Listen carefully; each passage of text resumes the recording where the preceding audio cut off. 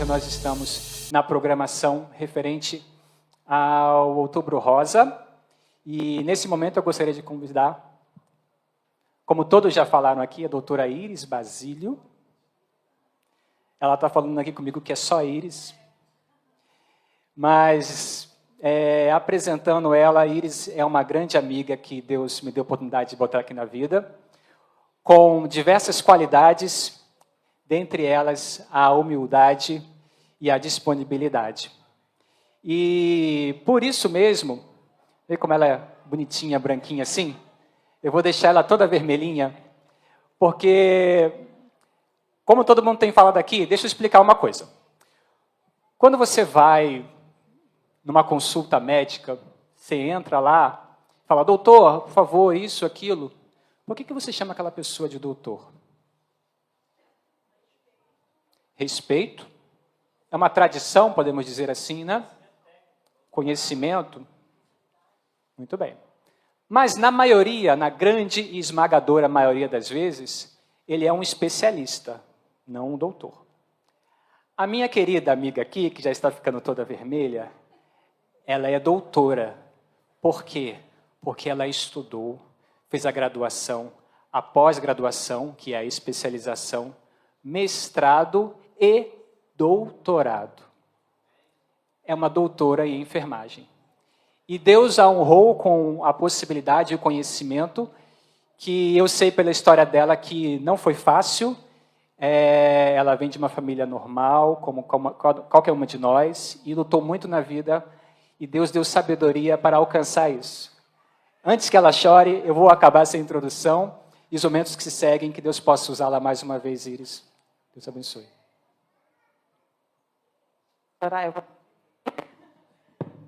Sábado.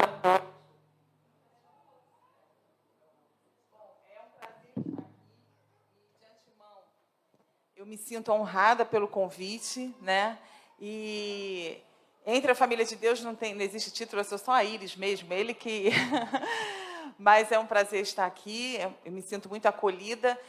Estar aqui, passar por aquelas barraquinhas, né, aquelas coisas todas, aquele comércio todo de Alcântara, me remeteu lá há 30 anos atrás, porque eu tenho muitos parentes que moram aqui em São Gonçalo, e a minha infância, eu vim lá do interior de Campos, e todas as férias, né, infância, adolescência, a gente passava aqui na casa dos meus tios, então eu já fiquei emocionada logo de chegada, né, então foi muito bom.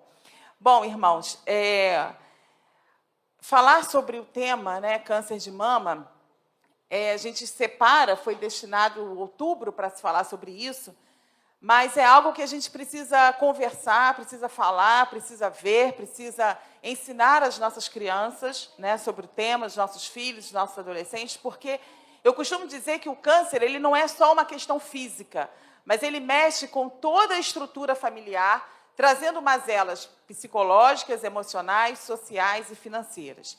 E isso é um privilégio de agora, de 2022? Não. Eu vou convidar os irmãos a abrirem a palavra de Deus. Pode botar, por favor, os slides. Eu convido os irmãos a abrirem a palavra de Deus em Salmos, capítulo 38.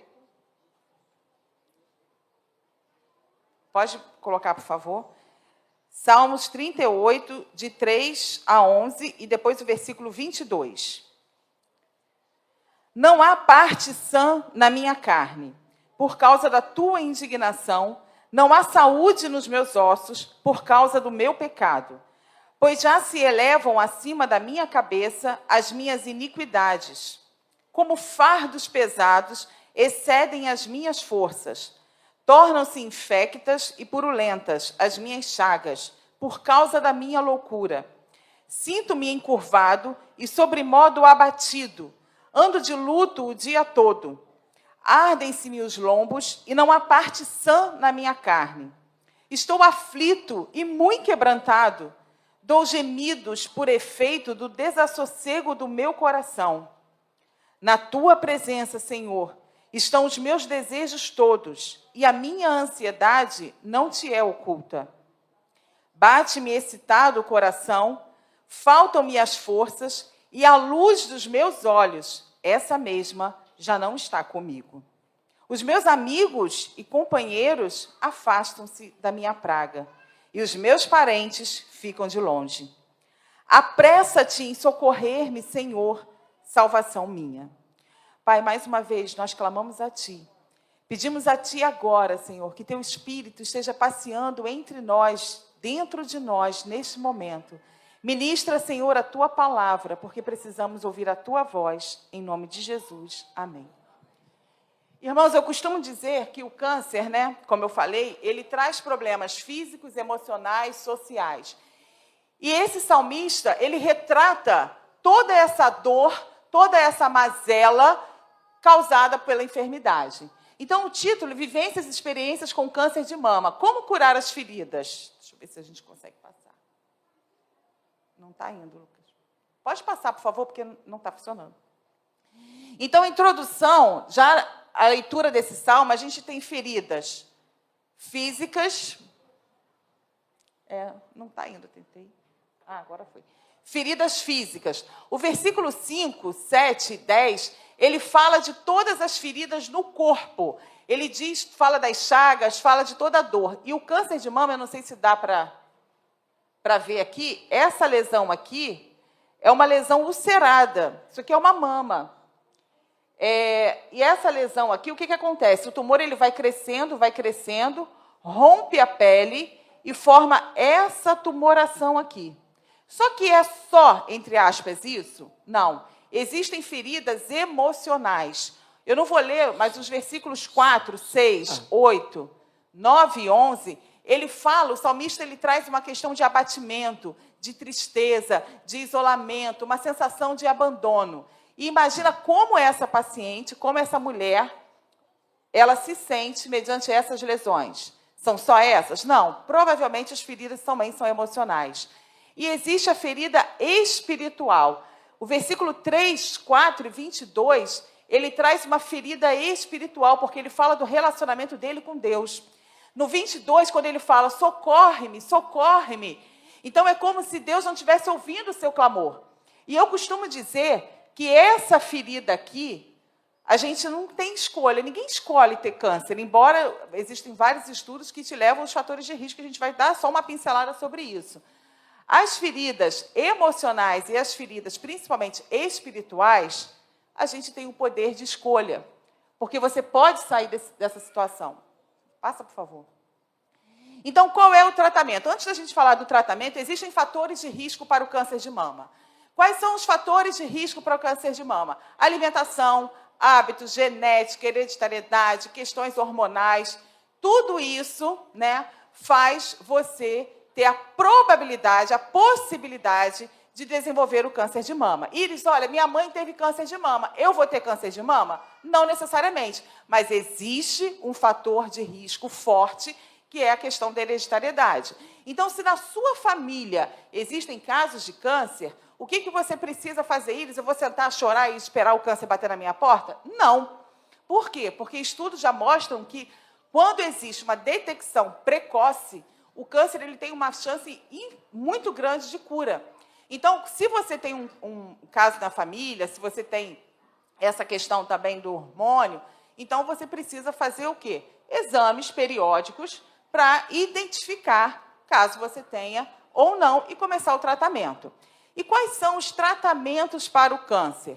Existe o tratamento cirúrgico, existe o tratamento através da quimioterapia, da radioterapia e são os tratamentos clínicos, né? A cirurgia, existe a cirurgia, são 4 tipos. Vou ver se... Aqui, ó. Aqui está retirando somente o tumor, que a gente chama de tumorectomia.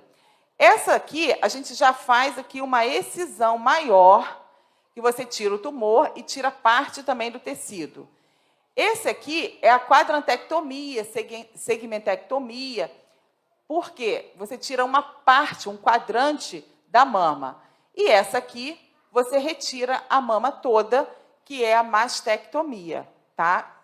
Pode passar, por favor? Dentro dessa questão cirúrgica, existe a possibilidade de uma reconstrução mamária. Como que é feita essa reconstrução? Você pode tirar o tecido do abdômen e você pode fazer aqui a reconstrução da mama com esse tecido. Você pode dar uma prótese de silicone e você pode tirar também essa parte aqui, olha, para fazer essa reconstrução aqui da mama, tá? E aí, de acordo com a paciente, com a história e com as possibilidades de tratamento, ela pode fazer isso imediatamente, a mastectomia, ou também posteriormente. Iris, só mulher tem câncer de mama? Não, eu estou com 3 pacientes homens na sala de curativos, lá no ambulatório, que tiveram câncer de mama. Então, embora seja uma incidência menor, mas o homem, ele também tem câncer de mama. Pode passar? E aqui, olha, tem os tumores que são ulcerados, que você também faz a mastectomia higiênica. Aqui tem um slide que mostra como que é. Iris, o que é um tumor ulcerado? Esse aqui é o tumor, está vendo aqui? Ó, imperceptível. Ele vai crescendo, vai crescendo, vai crescendo, até que ele rompe o tecido, e aí fica uma lesão ulcerada, conforme aquele slide que eu mostrei anteriormente. Tá? Então, existem muitas mulheres, irmãos, que têm vergonha de se tocar, que não palpam as suas mamas, né? E você perde uma chance muito importante de fazer uma detecção precoce. Então, é claro que o exame, você tem que ir ao médico regularmente, ao posto de saúde, mas a mulher ela precisa se conhecer, ela precisa se tocar. Então, percebeu que tem alguma coisa estranha, não adianta você fingir que não está ali. Às vezes eu escuto isso. Não, eu percebi um carocinho, mas olha só, eu fiquei com tanto medo que eu deixei para lá. Irmãos, medo não traz cura. Medo, paralisação, ele só traz doença, enfermidade e morte. Porque fingir que ele não está ali não vai resolver o problema. Pode passar, por favor? Então, com diagnóstico precoce, tratamentos adequados, boa resposta ao mesmo, tipo de tumor, condições específicas, nós podemos obter a cura para a ferida física. Então, essa ferida física, todo esse tratamento do câncer de mama, ele pode levar, sim, a uma cura física, né? Uma cura, você vai tratar a lesão, você vai tratar daquela paciente, ela vai fazer quimioterapia, radioterapia, vai ficar curada. Beleza, e a vida que segue. Mas as feridas emocionais decorrentes do câncer de mama. As feridas emocionais que acontecem na vida de uma mulher, na vida de uma família com câncer de mama. Pode passar? Então, aqui, o câncer de mama, quais são os tipos de feridas? Angústia, revolta, medo, fraqueza, abandono, ansiedade, depressão, solidão, baixa autoestima e pânico. Irmãos, quando uma pessoa recebe um diagnóstico de câncer, parece que o mundo desabou. É como se ela perdesse o chão. Então, além de todos os processos físicos que essa paciente vai passar, todos os processos de tratamento que ela vai passar, existem outras questões que são todos esses sentimentos que trazem toda uma carga de emoção que a quimioterapia ela não dá conta, a cirurgia não dá conta. Então, Iris, mas do que você está falando? Eu estou falando de mulheres que chegam a casa e dizem que estão com câncer e o marido, aquele que ela sempre amou, que sempre foi parceira, ele simplesmente vai embora. E ela se sente abandonada, se sente rejeitada. Eu escuto depoimentos de mulheres na sala de curativos que falam, olha, eu agora não tenho mama e meu marido diz que eu não sirvo para nada. Imagina uma mulher que passa por uma mastectomia, imagina uma mulher que recebe um diagnóstico de câncer e acha e acredita que aquele parceiro, aquela pessoa que ela escolheu para amar, aquela pessoa que ela escolheu, ou até mesmo a família, vai estar ali presente e todos somem. Porque a palavra câncer, ainda hoje, ela é carregada de estigma. Tem pessoas que não pronunciam a palavra câncer, que falam aquela doença, aquele mal, e nós estamos em 2022. Então, além do tratamento cirúrgico, além das feridas físicas, essa mulher ela tem que lidar com todos esses sentimentos. Eu não consigo esquecer de um caso, lá na internação do hospital onde eu trabalho no HC3, no Instituto Nacional do Câncer, especializado em câncer de mama. E, antigamente, eu era da unidade de internação, e essa mulher, a gente tinha uma salinha para fazer os curativos, e foi o primeiro momento que ela se viu sem a mama, e ela começou a chorar, e aí a gente já vem com o discurso pronto, né? E aí eu falei, olha, não fica assim, você acredita em Deus, esse mal que estava aí saiu, você está sem a mama e tal, mas você vai ficar bem, você é jovem, você vai ficar bem. E quando eu parei de falar, porque eu falo rápido, né? A irmã, eu vi, ela falou assim, ela fala muito rápido, eu estou tentando me controlar. Então, quando eu respirei e deixei a paciente falar, ela falou assim, não, minha filha, eu não estou chorando por isso. Eu estou chorando porque, naquela época não tinha celular, assim, era um orelhão que ficava na unidade, porque eu não sou daqui do Rio, meu marido é porteiro lá no prédio, na Zona Sul, a gente mora no prédio, e ele acabou de me ligar para dizer que não é para eu ir para casa, porque a amante dele já está lá em casa. E eu estou aqui, eu não sei para onde eu vou. Eu não tenho parentes no Rio de Janeiro, eu não tenho ninguém para poder me socorrer, e eu não sei o que eu vou fazer, eu estou desesperada. Eu sabia que ele tinha uns casos, mas eu nunca imaginei que ele fosse fazer isso comigo. Como você dá conta de um depoimento desse? Como você dá conta de uma tristeza, de um sentimento de abandono, de uma baixa autoestima? Vamos nos colocar no lugar do outro. Você que é mulher, você que é mãe, imagina se deparar numa situação dessa. Um outro caso, já foi mais recente, a mulher chegou na sala de curativo chorando muito.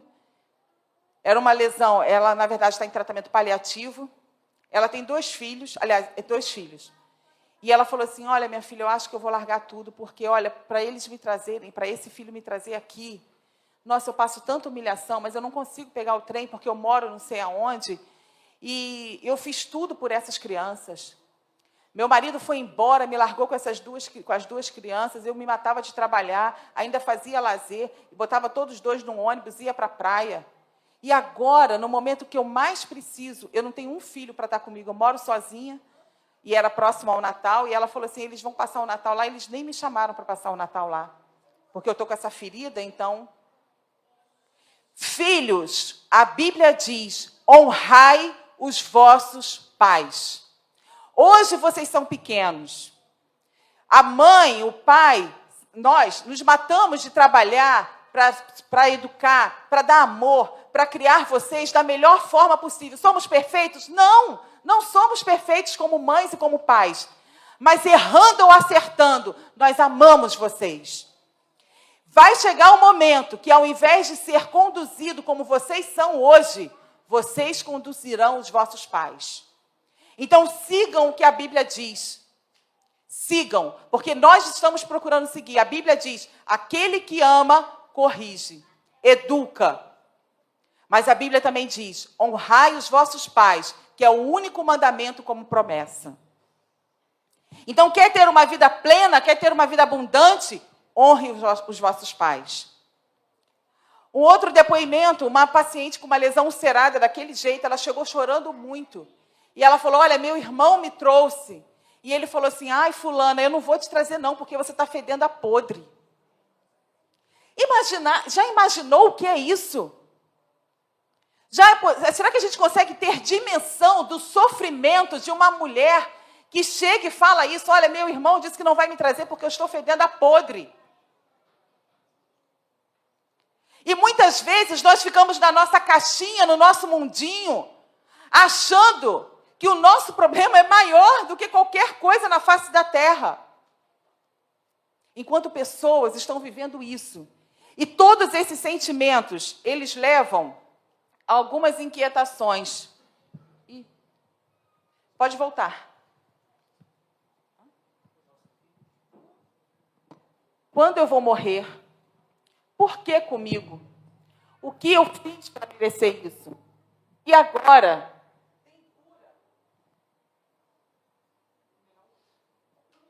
Então, todos esses sentimentos levam a essas inquietações. E no dia a dia, pode passar, no dia a dia, essas pessoas, elas trazem vivências, depoimentos que mostram todas essas mazelas emocionais. E eu trouxe um depoimento dessa mulher. Ela como ela começou, né? Tem aqui a imagem dela, o cabelo, porque não dá para ver, mas ela sorridente, feliz. E essa imagem, a segunda imagem, já é ela após o tratamento de quimioterapia. Pode passar, por favor. Vamos ver se eu consigo ler.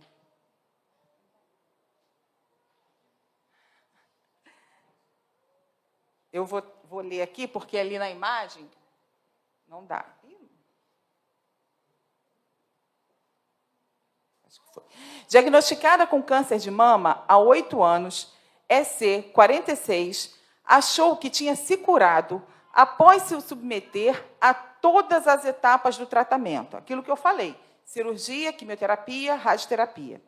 Passado um tempo, ela descobriu uma metástase óssea e, desde então, está em tratamento paliativo. Íris, o que é tratamento paliativo? É quando você não tem mais possibilidade de cura, então você vai fazer o tratamento paliativo, que é o controle da dor, do odor, né, dar uma vida com qualidade a essa paciente. Nesse depoimento, ela conta como lida com o fato de ter um tipo de câncer sem cura e afirma que não pensa na morte. A finitude é real e vai chegar para todos. Em agosto de 2011, eu estava deitada na cama quando passei a mão nos seios e senti um nódulo na mama direita. Marquei uma consulta com a ginecologista no posto de saúde. Ela me pediu uma mamografia e ultrassom, mas não apareceu nada nos 2 exames. Fiquei tranquila por um período.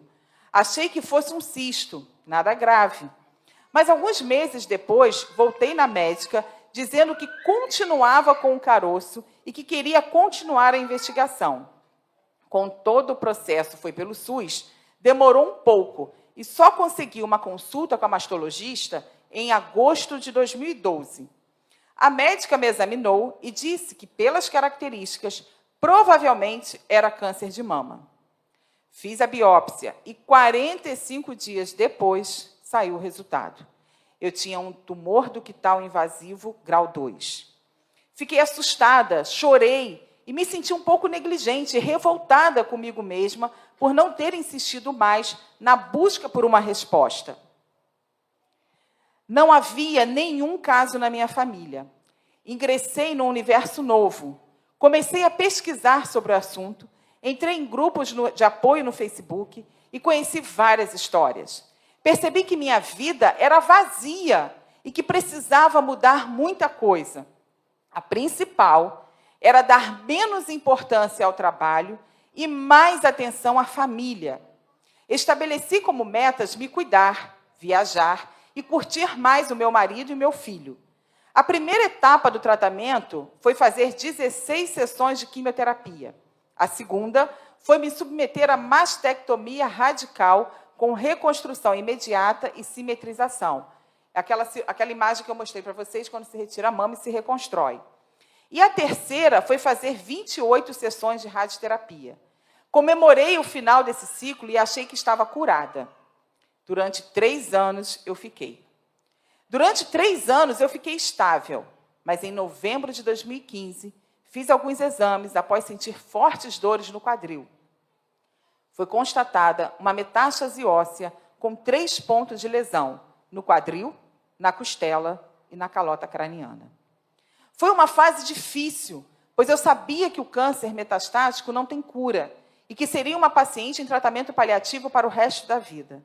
A partir daí, passei a fazer planos a curto prazo, a adiantar alguns objetivos e a ter mais pressa.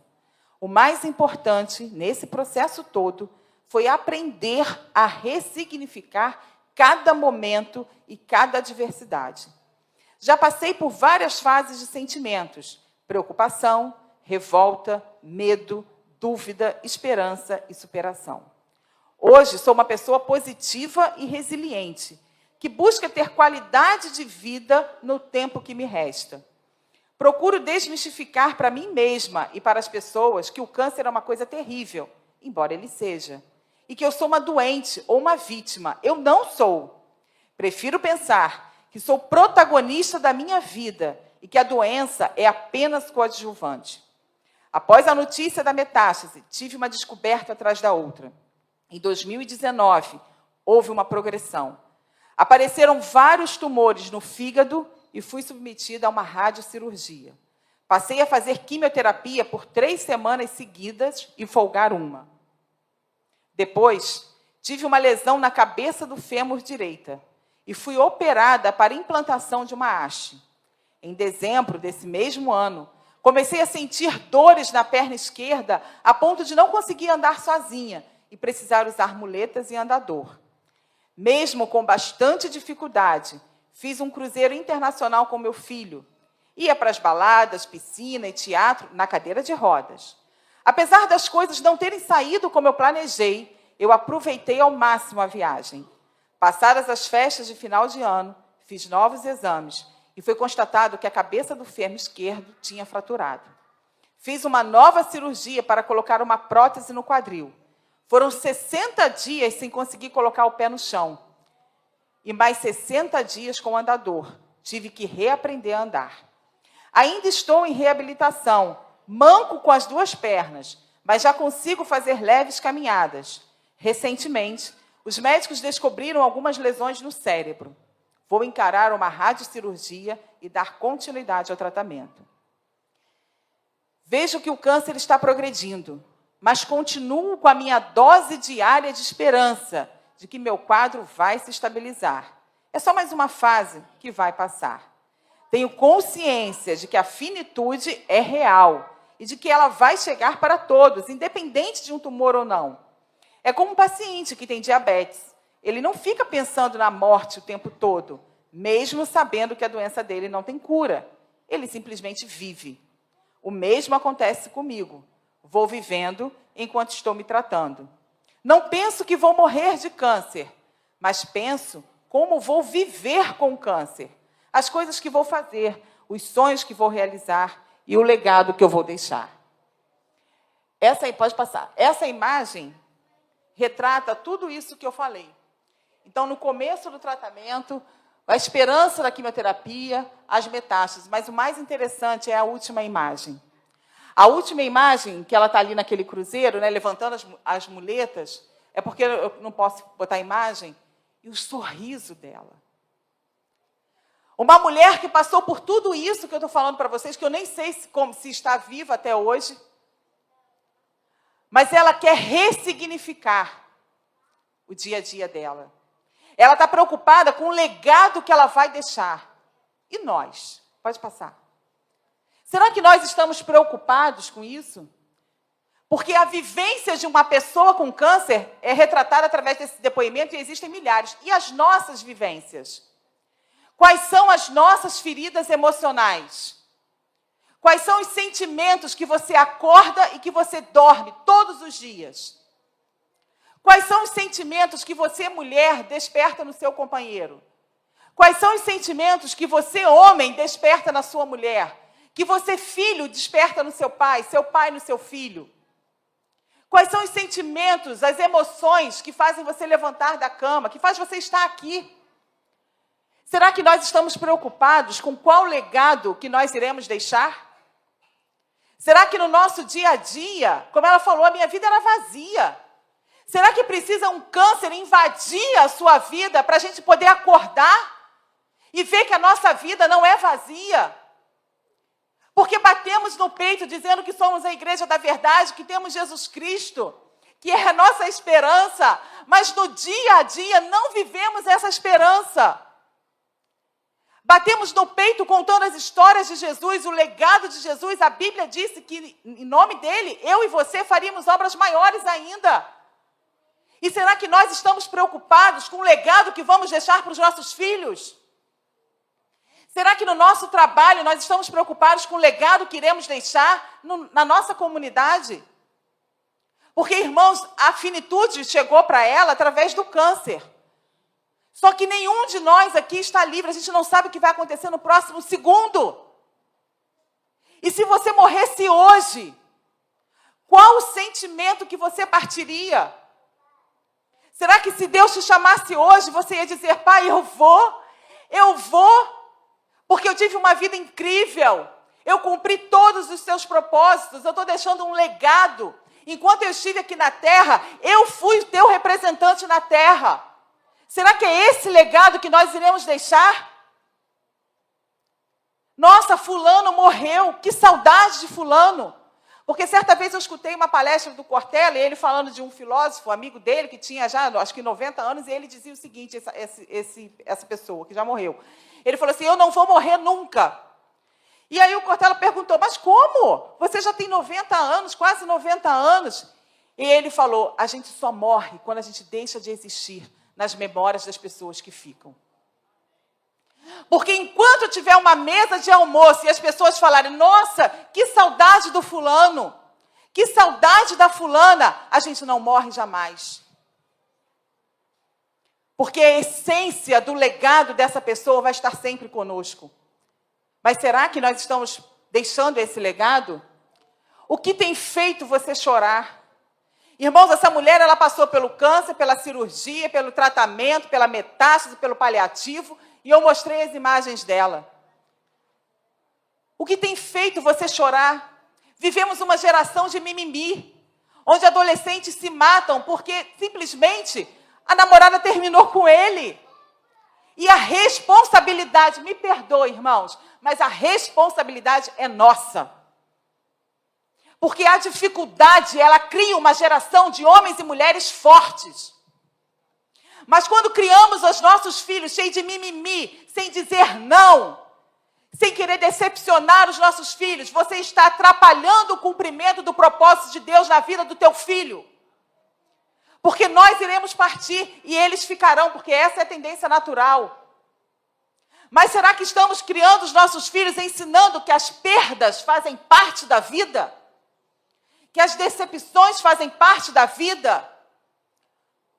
Ou compramos os nossos filhos com brinquedos, dizendo sempre sim, sim, sim para tudo. E quando a vida diz não, ele se mata. Quando a vida diz não, o não que era para ele crescer ouvindo, ele não suporta. Então, o que tem feito você chorar? O que tem feito você, mulher, chorar? É algo terrível? É uma doença que bateu a porta? Nós temos o Deus da esperança, o Cristo da esperança. Quais são os motivos que têm feito você chorar? O que te causa angústia? Ah, eu fui para a igreja, o Lucas não botou a música que eu queria botar. Ah, estou usando você como exemplo, né? E aí você sai daqui angustiado. Ah, o sábado acabou para mim. Ah, olha, eu não volto mais lá. Angústia por causa de mimimi. Ah, eu fiz a unha, meu marido não percebeu. Faz que nem eu, marido, fiz a unha, pronto. Ele, nossa, tá linda. E pronto. Para de mimimi. Muitas vezes nós estamos vivendo uma angústia desnecessária. Qual a relação que você tem tido com o seu próximo? Irmãos, o depoimento dessa mulher, ela tem chegado a milhares de pessoas. E tem impactado milhares de pessoas. Será que é essa a relação que nós temos com o nosso próximo? Será que nós temos pedido para impactar o nosso próximo? Será que o nosso próximo pode contar conosco? O que você tem dado valor à sua vida? Quais são os valores que você tem dado? Qual o sentimento e ação que você tem ao chegar em casa com a sua família? Irmãos, isso é fundamental. Porque a família aqui é um treinamento para o céu. É o legado que nós iremos deixar. Será que você, pai, mãe, quando chega em casa, seus filhos correm para te abraçar e falam, nossa, que saudade que eu estava, que bom que você está aqui. Ou eles falam assim, ai, meu Deus do céu, pronto, chegou meu pai. Pronto, ai, chegou minha mãe. Qual é a relação que você tem com o seu filho? Será que você tem dado tempo para chegar, conversar? Ou simplesmente você pega o celular, pega o tablet, pega o computador e eles são as babás dos nossos filhos? Irmãos, eu tenho 2 filhas, eu não estou falando de algo que eu não vivo. Eu tenho uma de 17 e outra de 10. E tem a nossa caçulinha que tem 9.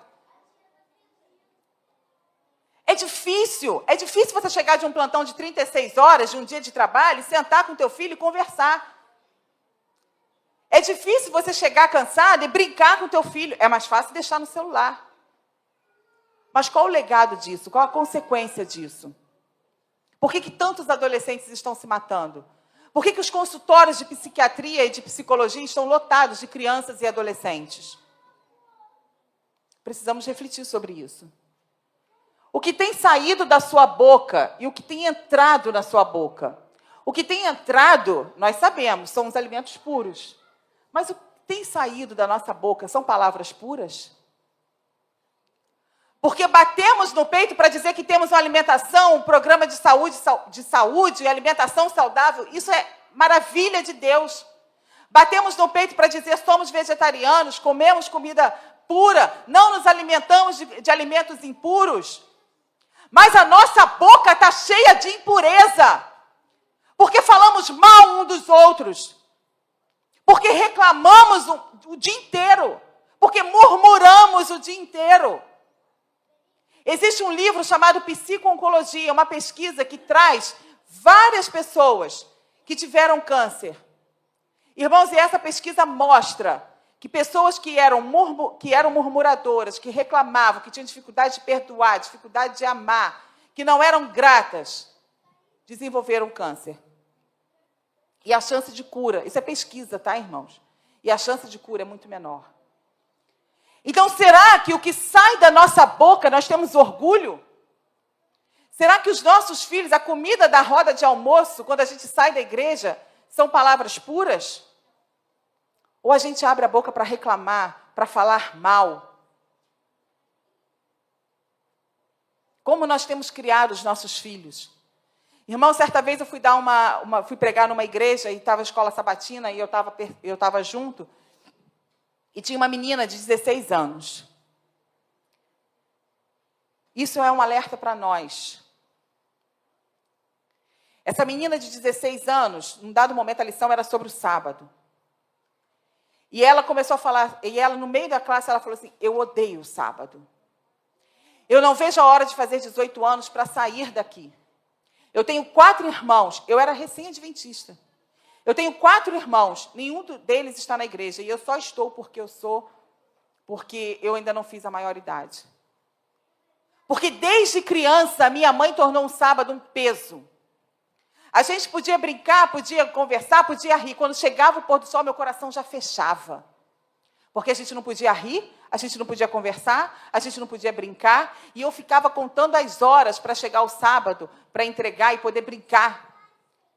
Será que estamos passando para as nossas crianças que o sábado é prazeroso, é deleitoso? Porque bater no peito para dizer que guardamos o sábado, nós sabemos. Mas será que estamos ensinando os nossos filhos a ter prazer nisso? Será que estamos ensinando os nossos filhos a verdade do Mestre? Será que estamos no lugar de Jesus, que bateu de frente com toda a hipocrisia dos fariseus? Ou estamos no lugar dos fariseus, fazendo com que as nossas crianças, desde pequenas, desenvolvam feridas emocionais contra você, contra nós como pais e principalmente contra o nosso Deus. Existem pessoas que não conseguem chamar Deus de pai, porque se remete a um pai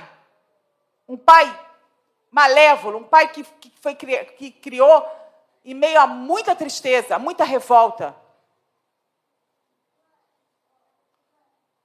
Um outro depoimento, uma menina também. Irmãos, isso é muito forte que eu vou falar. Essa menina, ela foi abusada por uma pessoa da igreja. E ela não encontrou apoio na sua família, na sua mãe, em ninguém. Abafaram o caso, a pessoa saiu da igreja. E ela criou uma revolta contra Deus. Porque ela remeteu isso a uma injustiça de Deus. E as pessoas ainda ficavam olhando torto para ela. Como se ela tivesse procurado isso. Irmãos, em nome da Igreja da Verdade, o que nós temos feito com as nossas crianças, os nossos adolescentes, os nossos jovens? Quais são as feridas emocionais que essas crianças, esses adolescentes, já estão crescendo com elas? Por que os consultórios de psicologia e psiquiatria estão lotados? Eu tenho 45 anos, eu não me lembro na minha infância, eu vim lá da roça. Eu não me lembro de ouvir um amiguinho dizendo que fulano, a criança, meu coleguinha tal, está com depressão, está com pânico. Eu não estou dizendo que isso não existe. Existe. Mas por quê? É para a gente refletir. Qual será a maior surpresa no céu? Irmãos, o Joel falava muito isso, que era um ancião que, quando eu vim para a igreja adventista, ele me deu estudos, e uma vez ele me perguntou isso. Eu falei, Joel, não sei. Ele falou, a maior surpresa sou eu e você estarmos lá. Então precisamos refletir sobre isso. Somos a igreja da verdade, mas a verdade que é Cristo está em nós. Quais são as nossas reclamações? Irmãos, reclamação é você clamar 2 vezes. A Bíblia diz que é melhor ficar numa casa, uma goteira na cabeça, do que conviver com uma mulher rixosa. O que é a mulher rixosa? É a mulher que não para de reclamar. Que tudo ela reclama.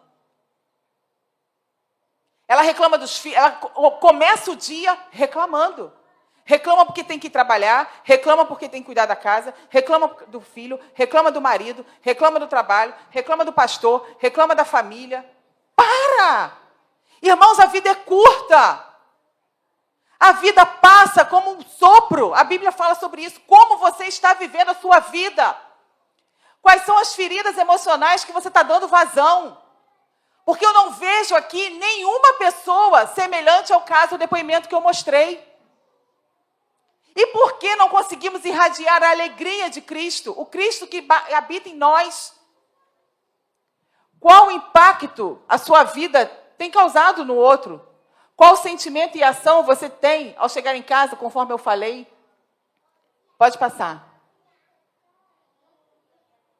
Pode passar? Então, irmãos, precisamos saber como nós temos levado a nossa vida. Eu quis apresentar a vivência de uma pessoa com câncer metastático, e agora você vai refletir sobre a sua vivência. Quais são as suas vivências? Será que você tem vivências como essas que eu relatei? Será que esse problema se faz presente na sua vida? E aí eu acho essa imagem fantástica. Pare de reclamar. Muitas pessoas são felizes com bem menos do que você tem hoje. Olhe para a tua vida. Faça essa reflexão. Como está a tua vida hoje? Você está enfrentando um cuidado paliativo? Você está enfrentando uma lesão ulcerada? Você está enfrentando uma lesão onde as pessoas falam que você está podre? Você está lidando com abandono?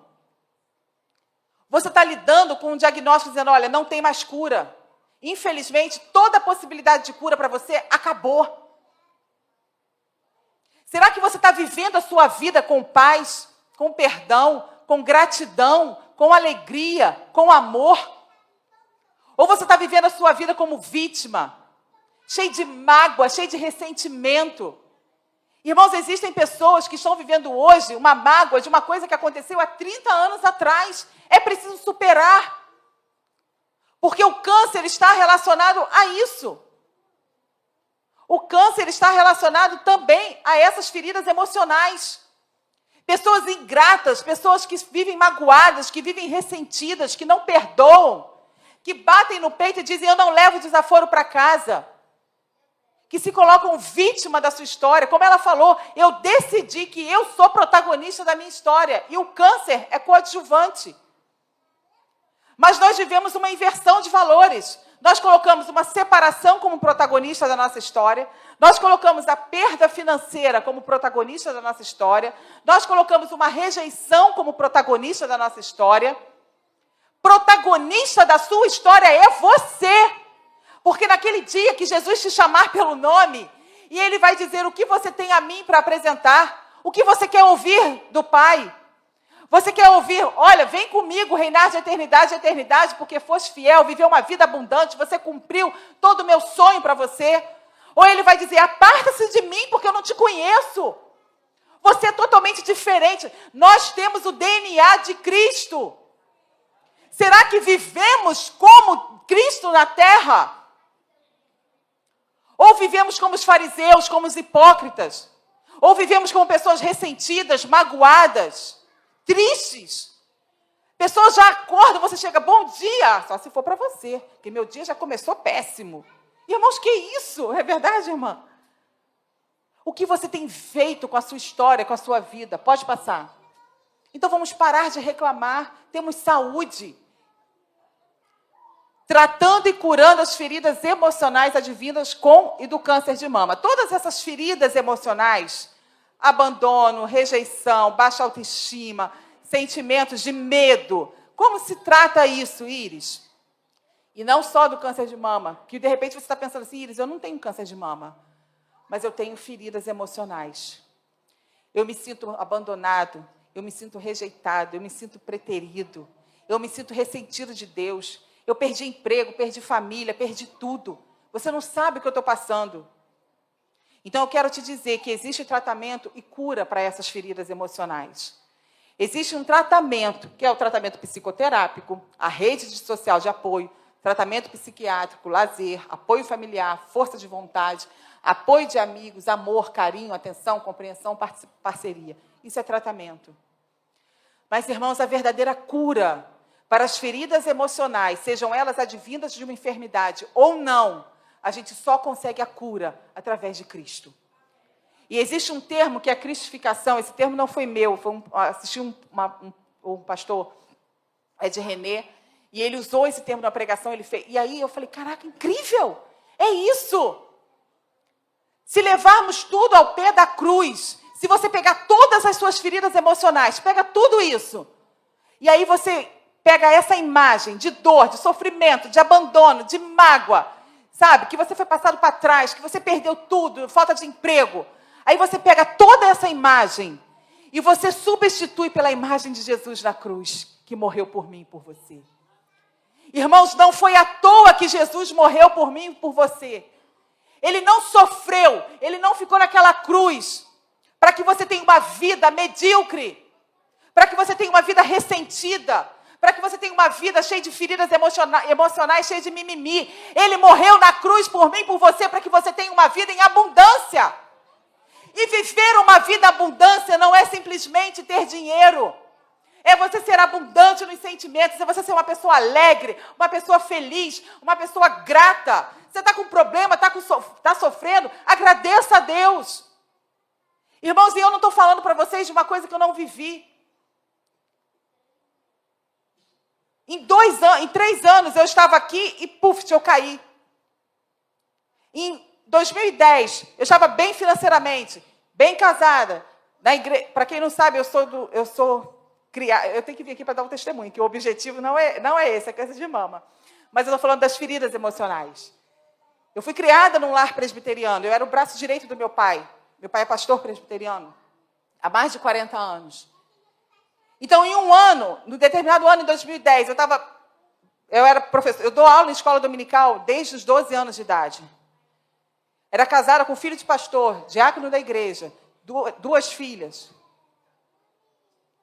E em 2010, eu estava entrando no doutorado, funcionária pública, entrando no INCA, que era o meu sonho desde quando eu estava na faculdade. Fui dar entrevista na Ana Maria Braga, participei de Globo Repórter. Estava vivendo o auge na minha carreira, feliz. Adquiri um comércio. E em 2013, eu não tinha quase o que dar comida para as minhas filhas. Em 2013, eu tinha perdido 3 imóveis, comércio, tinha me separado. Minha filha nasceu com uma má formação congênita. Teve que fazer 7 cirurgias. Todos os amigos me abandonaram. E eu me vi numa situação. E eu encontrei, Cristo, encontrei a Igreja Adventista, que depois eu conto como foi, porque não dá por causa do horário, já estou preocupada. E aí, quando eu falo para o meu pai que eu vou ser adventista, o meu pai fala, então você está morta para mim. A partir de hoje, eu só tenho uma filha, que é a minha irmã. E aí, num dado momento, a minha filha, que hoje tem 17 anos, mas à época tinha 8, eu falei alguma coisa de Deus e ela falou assim, Deus se esqueceu de nós, mãe. Meu pai foi embora, você perdeu tudo. Mãe, não tem quase que... Ela me pedia bombom e eu não tinha dinheiro para dar. Eu fiquei 1 ano devendo a escola dela. E ela vira para mim e fala, e meu avô disse que você está morta para ele. Esse Deus não existe, mãe. Deus abandonou a gente. E eu falei para ela, em meio às lágrimas, minha filha, o Deus que eu ensinei a você a crer, o Deus da minha vida, diz que ainda que um pai e uma mãe se esquecesse, que a mãe se esquecesse do seu filho, ele nunca se esqueceria de nós. Então Deus, ele existe sim e ele tem cuidado de nós. E quando a minha filha nasceu com um problema, irmãos, eu carregava uma culpa. Então eu não estou falando aqui de coisas que eu não sei. Eu também vivi o medo, a rejeição, o abandono. E quando a minha filha teve que fazer a primeira cirurgia, que ela ficou com os 2 braços engessados, depois ela tirou e as mãozinhas dela estavam todas em carne viva. E eu fazia os curativos dela e ela gritando no meu ouvido, de dor. E ela passava a mão no meu rosto e falava, mãe, me desculpa, porque eu acho que na cabecinha dela, ela tinha 2, 3 anos, era como se ela estivesse sendo castigada por aquilo. Mas, irmãos, eu sempre procurei levar aos pés da cruz. Quando a minha filha, quando eu tinha um pacote de miojo e um ovo para dar para elas, e eu não sabia o que dar na segunda-feira, isso era um domingo. Eu orei e eu levei aos pés da cruz. Eu falei, Deus vai suprir. E na segunda-feira chegaram com uma bolsa de compra lá para mim. Só que eu sempre fui aquela que ajudei a família, que provia. E eu tive também que enfrentar a humilhação. Humilhação de pessoas que eu amava muito e amo muito. Mas eu aprendi que a chave para mudar de vida e ter uma vida abundante nessa terra, a cura das lesões emocionais, só podem ser alcançadas através da cristificação. Quando você olha para Cristo, quando uma determinada pessoa que nossa, é um amor imensurável, falou para uma outra pessoa, ela tem que ter liberdade, ela tem que ser independente quando o pai dela chega lá com as bolsas de compra para matar a fome dela e das filhas dela. Uma pessoa que você ama. E isso fez uma cratera no meu coração, mas eu tive que fazer uma escolha. Ou eu vivia na vitimização, ou eu vivia no ressentimento, na mágoa, ou eu virava a chave, levava tudo aos pés da cruz, cristificava tudo isso e tinha uma vida em abundância. Pode passar. Então, irmãos, essas feridas emocionais, elas também levam a feridas espirituais.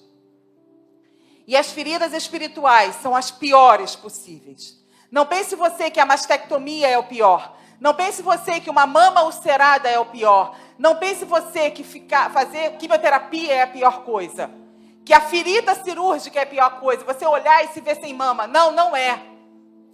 A ferida espiritual é a pior ferida que você pode ter, porque é a ferida que te afasta do seu Criador. É a ferida que afasta você da sua essência.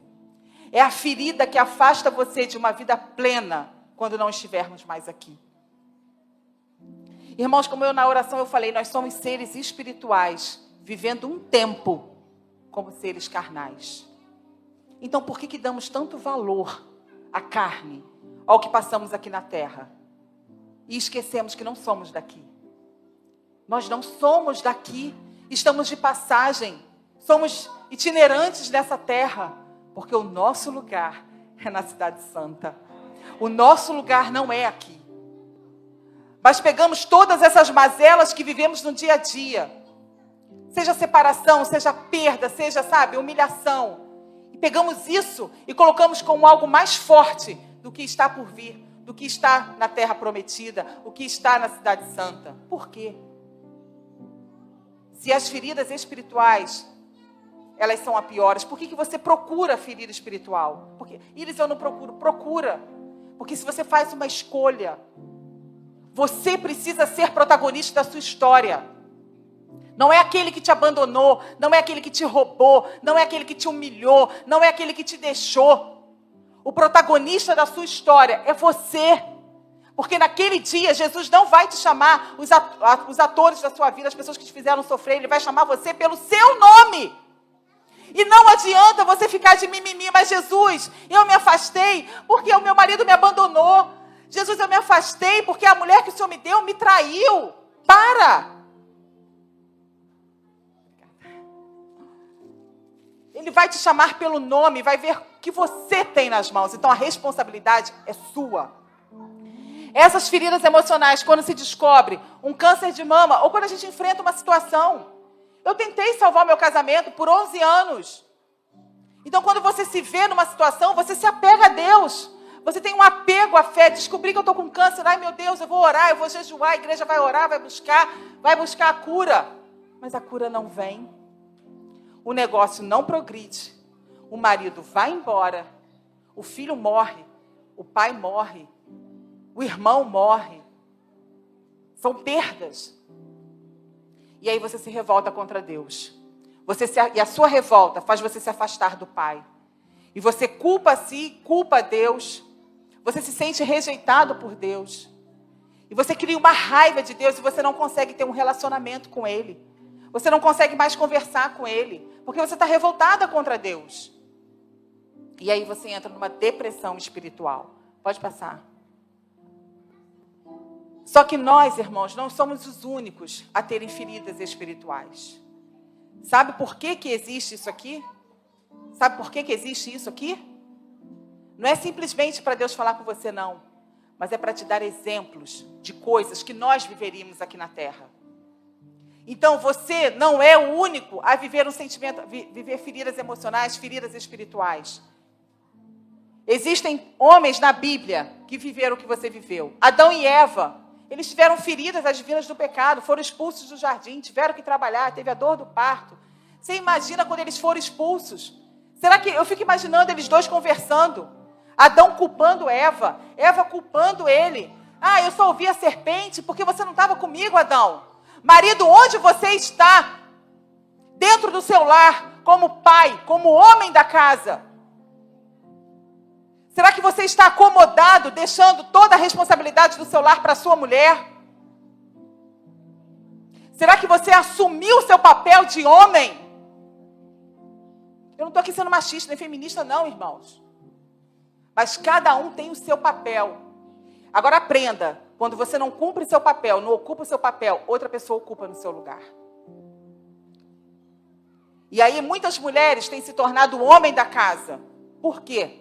Porque é mais fácil o homem chegar do trabalho, se esquivar no celular, dentro do quarto ou na TV. E é a mãe que tem que conversar, é a mãe que tem que cuidar, é a mãe que tem que fazer tudo, porque ela também trabalha. E ela precisa do teu apoio. Mulheres que estão se sentindo rejeitadas, porque não houve um elogio. Irmãos, isso é da mulher. A mulher gosta de ser elogiada. A mulher gosta de ser apreciada, de ser cuidada. Então eu fico imaginando Adão e Eva, um culpando o outro. Moisés, de príncipe do Egito a errante no deserto, foi libertador, mas não colocou os pés na terra prometida. Será como que Moisés viu isso? Será que Moisés não ficou ali com uma tristeza, porque ele não pôde colocar os pés na terra prometida? Elias, depressão espiritual, por conta do medo de uma mulher. Elias foi para a caverna, pediu a morte. Ele é conhecido como profeta deprimido. Então ele tinha feridas emocionais e feridas espirituais. A mulher samaritana. Essa mulher samaritana, ela viveu anos de humilhação. Essa mulher samaritana, ela ia pegar água no poço no horário do sol quente. Por quê? Porque as mulheres iam cedo e ela ia sozinha. Porque ela era humilhada, ela era rejeitada por conta da história de vida dela. Mas teve um dia que ela encontrou o mestre nesse poço. E quando ela encontrou esse mestre, irmãos, aquela mulher que andava assim, que pegava água, que se sentia humilhada, que ia no sol quente, que não falava com ninguém. Essa mulher, ela invade a cidade. Ela não quer saber da história de vida dela. Ela não quer saber da rejeição. Ela não quer saber da culpa, da humilhação. Ela invade a cidade, chama homens e mulheres, fala: olha, venham comigo, porque eu encontrei um mestre. E ele tem palavras transformadoras. Ele transformou a minha vida e vai transformar a sua também. E a Bíblia diz que aqueles homens foram ao encontro do mestre, levados pela mulher samaritana. Porque quando ela encontrou o mestre, ela tomou uma decisão. Ou ela vivia de mimimi, sendo humilhada, ou ela transformava aquilo em alegria, em gratidão, em perdão. Ela poderia ter ficado com a mensagem do mestre só para si, porque aquela cidade inteira humilhava ela. Mas ela não olhou para isso, porque ela pensou: o bem que eu quero para o meu próximo. Qual o impacto que o Cristo tem causado na sua vida? Qual o impacto que Cristo causa no seu dia a dia? As pessoas que estão à sua volta. Será que a sua vida é transformada? Toda vez que você se lembra da cruz, nós somos coroa da criação, obra-prima do Senhor. E será que temos vivido assim? Ou temos vivido como, sabe, como algo de derrota, de fracasso, de tristeza, por conta de acontecimentos? Jó é o exemplo clássico de várias feridas. Jó, ele teve feridas físicas, emocionais e espirituais. A mulher do fluxo de sangue, ela perdeu tudo. Iris, por que Jesus está ali? Porque Jesus também tinha ferida espiritual. Porque quando ele estava lá, naquela cruz, ele olha para o céu e diz: Pai, por que me abandonou? Então, se sentir abandonado não é um privilégio seu. Se sentir abandonado, rejeitado, não é um privilégio seu. O mestre Jesus também se sentiu. Mas ali na cruz, Ele também fez a escolha. Eu vou morrer por esse povo, vou ressuscitar pela humanidade e vou cumprir o meu propósito na terra. E aí eu te pergunto, você tem procurado cumprir o seu propósito na terra? Será que você sabe qual é o seu propósito na terra? Ou você acha que o seu propósito é acordar, levantar, trabalhar, voltar para casa, comer, dormir, acordar, levantar, trabalhar? Não! Deus não te chamou para isso.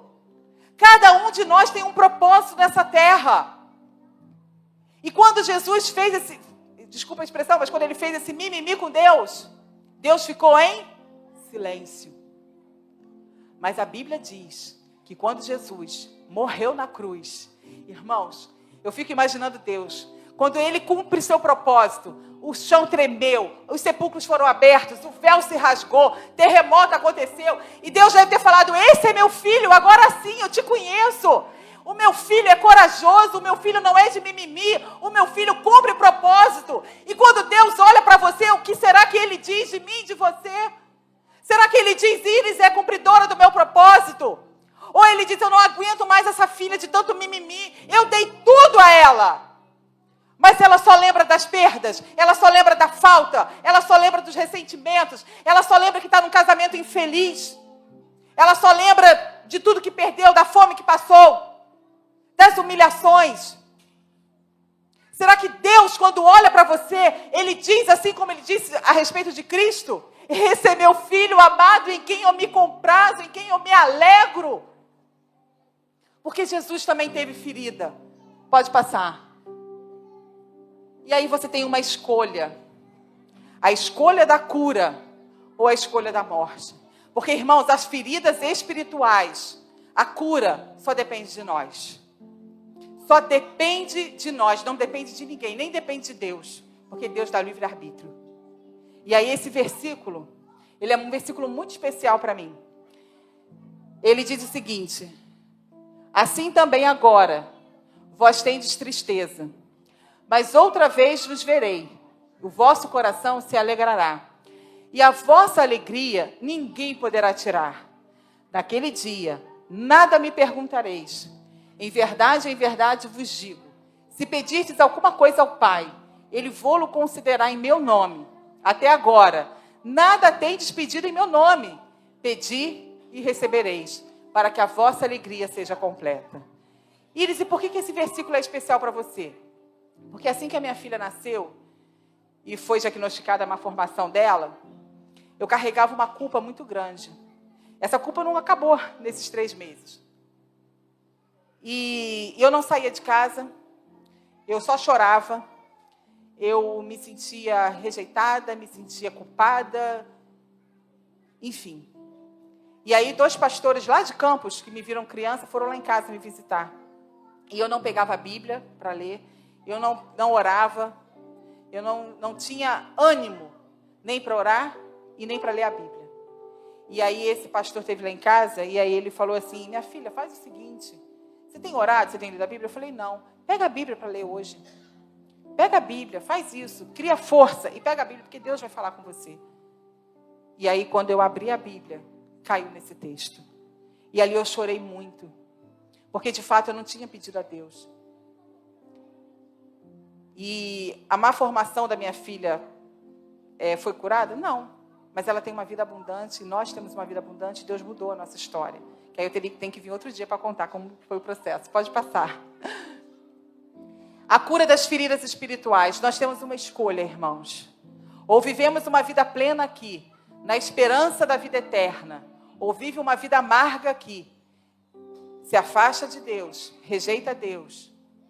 E aí como que você vai morar a eternidade com Deus que você rejeita? Com Deus que você detesta? Com Deus que você não se vê como filha? E esse texto ele diz o seguinte, eu não sei o que você está passando, eu não sei quais os problemas você está enfrentando, mas o que eu sei é que o nosso Deus ele tem resposta e tem cura para todas as coisas. E ele diz, e Deus enxugará dos olhos toda lágrima, e a morte já não mais existirá. Já não haverá luto, nem pranto, nem dor, porque as primeiras coisas já passaram. E aquele que está assentado no trono Pode deixar do jeito que estava. E aquele que está assentado no trono disse: eis que faço novas todas as coisas. E acrescentou: escreve, porque essas palavras são fiéis e verdadeiras. O vencedor herdará essas coisas. Eu lhe serei seu Deus, e ele me será filho. Quando, porém, aos covardes, aos incrédulos e a todos os mentirosos, a parte que lhe cabe será o lago que arde com fogo e enxofre, a saber, a segunda morte. Irmãos, nós temos uma escolha. Ou vivemos uma vida plena de superação e buscamos a cura, assumimos o papel de protagonistas da nossa história, ou vivemos a perda e o afastamento de Deus. Pode passar. Concluindo, o que Deus tem para a gente, irmãos? O que está reservado para a gente? 1 Coríntios 2,9 diz: nem olhos viram, nem ouvidos ouviram, nem jamais penetrou no coração humano o que Deus tem preparado para aqueles que o amam. Pode passar? E o que Deus tem preparado é uma vida plena, é uma vida abundante, é a cidade santa. Mas você escolhe se você vai ser a maior surpresa no céu, ou se você vai dizer não a tudo isso. Você vai dizer não a tudo isso, em nome ou por conta de um abandono, de uma rejeição, de uma perda, de uma humilhação, de uma briga, de um ressentimento, de uma mágoa. E aí eu te pergunto, qual é a sua escolha? Qual a escolha que nós fazemos hoje? Que possamos fazer a escolha correta, que é viver uma vida abundante. As feridas físicas, elas podem surgir, ninguém está livre. Mas as feridas emocionais, as feridas espirituais, você escolhe ter, escolhe tratar e escolhe se curar. Eu não sei qual o problema que você está enfrentando, mas nenhum problema é maior, ou nenhuma dor é maior do que a que Cristo sofreu por mim e por você. Então faça valer a pena. Faça valer a pena. Que Jesus olhe para você, para mim, e diga: valeu a pena morrer pela Iris, pela Maria, pelo João, pelo André, pelo Fernando, pelo Eduardo. Que a gente saia daqui escolhendo viver uma vida plena e uma vida abundante. Amém?